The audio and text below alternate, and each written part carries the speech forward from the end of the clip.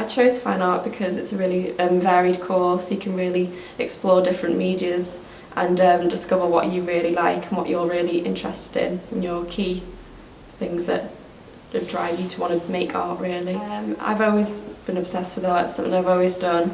Ever since I was little, I've always wanted to make things and build things. I've never just wanted to sit down and just read something. I've always been hands-on. And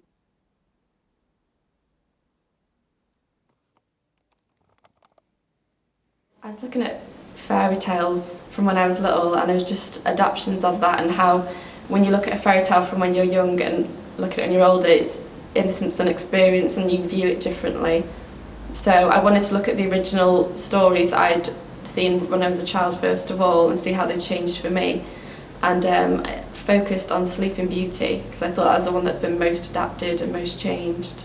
And I just wanted to create something and see whether people view it a certain way based on that, the different ages and experiences. It's quite gruesome, the story that it's from. The first scene is Sleeping Beauty and she's being violated by the king.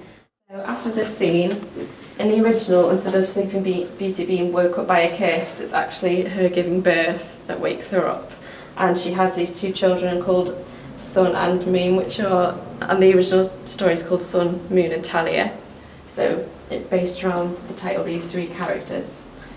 So I've tried to use these drapes as well and these sort of abstract forms to create the idea of a forest and just visual triggers of the idea of a forest and a fairy tale, what you'd expect to be in a fairy tale. I've tried to incorporate them in a slightly abstract way.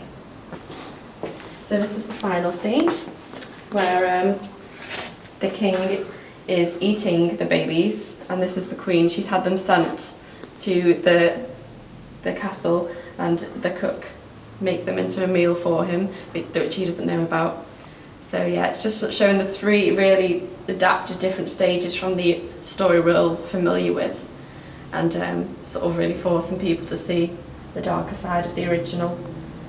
There was a lot of different processes that went into making my work. There's a number of different layers under these.